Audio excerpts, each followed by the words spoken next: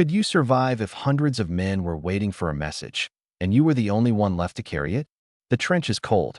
The boards beneath your boots are slick with mud. Somewhere beyond the sandbags, artillery is tearing the earth apart, but inside this narrow line of timber, dirt, smoke, and fear, another kind of battle is already happening. A field telephone sits useless on a muddy table. The wire is dead. The signal has vanished. The officers speak quickly, but their faces say what their voices do not. The order must reach the next trench. Not later. Not after the barrage. Not when the smoke clears. Now. And that is why they look at you. You are not being handed a medal. You are not being given a heroic speech. You are given a folded message, sealed and protected inside a pouch. And for the next few minutes, your life becomes less important than the paper against your chest. Because in the trenches of World War I, communication could decide who moved, who waited, who attacked, and who survived. When telephone cables were cut by shellfire, when signal lamps vanished into smoke, when runners, wires, maps, and memory became the only link between isolated units, the battlefield needed something machines could not always provide. A human body willing to move. You step out of the dugout. The first danger is not the enemy. It is the trench itself. The passage is narrow, crooked, and half-collapsed. Duckboards shift under your weight. Mud grips your boots. Sandbags lean into the path. Every corner steals time. Every turn breaks your speed. A trench is not a road. It is a maze built to protect men from bullets. But now it also slows the one man who must move fast. You cannot simply run. You must read the ground. Where are the boards loose? Where does the wall narrow? Which bend leads to the communication trench? Which turn sends you toward a dead end? Above you, the sky flashes. The earth shakes. Dust falls from timber beams.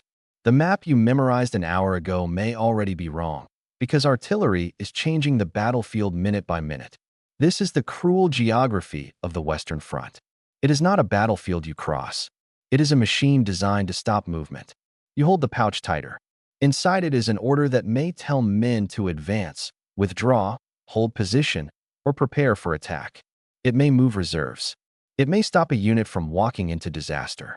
It may arrive too late. That is the terror of being a runner. You are not carrying victory. You are carrying the possibility that someone else might live long enough to obey. The trench opens ahead. Smoke crawls over the parapet. Beyond it lies no man's land. And no man's land is not empty. It is wire. It is water-filled craters. It is torn earth, broken stakes, shattered timber, and open ground watched from a distance. It is a place where every shape can become a target and every delay can become fatal. You look for the route you were told to remember. The sun is low, but the light is dangerous. It turns smoke into curtains and bodies into silhouettes. A flare can expose you. A shift of wind can reveal a path that was hidden seconds before. Darkness can protect you, but it can also erase the landmarks you need. So you do not think about the war. You shrink the world. The next crater. The next wire gap. The next patch of mud solid enough to hold your weight. 10 seconds at a time. That is how you survive long enough to matter. You climb forward. The mud is worse than it looked from the trench. It pulls at your boots as if the ground itself wants to keep you. Your foot slips near the rim of a crater, and for one awful second, your balance fails. Your hand hits wet earth. The pouch stays against your chest. You keep moving. Speed matters, but speed alone can betray you. Move too fast, and the mud throws you down. Wait too long, and the battlefield begins to find you. A runner must be fast, but never reckless. Silent, but not frozen. Afraid, but still able to judge. When to crawl. When to wait. When waiting becomes more dangerous than moving. You drop behind a crater edge as smoke thins ahead. The battlefield changes with every breath. The cover you were counting on disappears. The crater you planned to use is deeper than expected, filled with water and broken debris. A strand of barbed wire lies low across the mud, almost invisible until you are near it. You cannot curse. You cannot panic. You cannot waste movement. You go under it. Mud presses into your coat. Wire scratches above your helmet. The pouch is still dry. That matters more than comfort, more than fear, more than the burning in your lungs. Because if the paper is ruined, the message may blur. And if the paper is lost, only memory remains. That is why good runners were not chosen for speed alone. They had to remember the route, the order, the landmarks, the timing. The name of the unit waiting ahead. The words that mattered most if everything else failed. A runner's strongest weapon was not a rifle. It was judgment under terror. Ahead, a distant trench line appears through smoke. For a moment, it looks close. It is not. Distance on this battlefield lies. A few hundred yards can feel longer than a mile when every step is washed by mud, wire, smoke, and fear. You move low between craters. The world becomes sound and texture. Wet boots, harsh breathing, distant blasts, grit in your mouth, rain on your helmet, the hard shape of the pouch under your hand.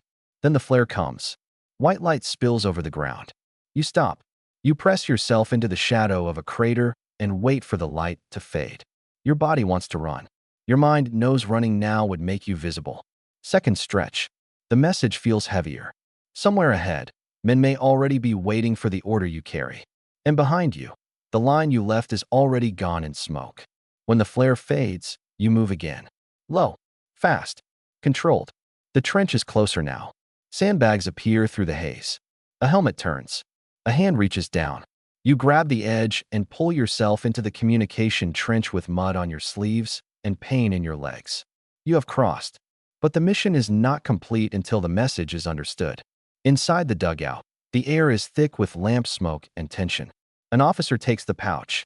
The paper is damp at the edges, but protected. He reads. Men wait in silence. You point to the map, but the map itself is no longer enough. You explain what you saw, where the wire is broken, where the mud is impassable, where smoke still covers the open ground, where the trench line may have shifted. The order arrives, and the trench begins to move. Soldiers tighten packs. Officers give quiet instructions. A line that was frozen in uncertainty now has direction. That is the hidden drama of trench warfare. Not only the charge, not only the bombardment, but the fragile thread of information holding everything together. A message delivered at the right moment could stop an attack. It could call men forward. It could pull them back before the ground swallowed them. It could change the fate of a unit waiting in the mud. For a few minutes, you were the smallest figure on the battlefield and one of the most important. But survival has a cruel condition. You may have to go back. The return is not easier. No man's land does not remember the path you used before. The smoke has shifted. The crater that saved you may now be exposed. A shell may have broken the route. The wire that was low before may now block the way completely. The battlefield is not a place you cross once and understand forever. It is alive in the worst possible way. You step out again, this time with an empty pouch and an exhausted body. But the danger has not emptied with it. You move by memory. You count craters. You look for shapes in the fog. You follow the angle of a broken post, the curve of a trench wall, the place where the ground sinks. Every landmark is uncertain. Every shadow could be cover or a trap. Your legs are slower now. The mud knows it. Each step pulls harder. Your boots drag. Your breath comes rough. You no longer feel brave. You only feel the next decision.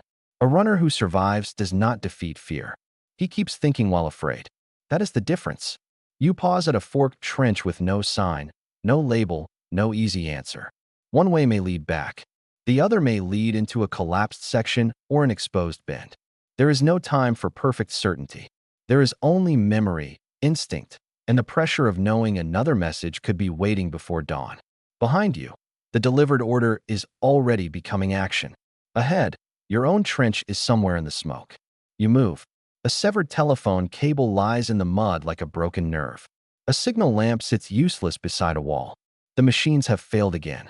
That is why runners exist. When wires are cut, when maps fail, when smoke swallows flags and lamps and lines, flesh replaces machinery. The trench runner is communication made human.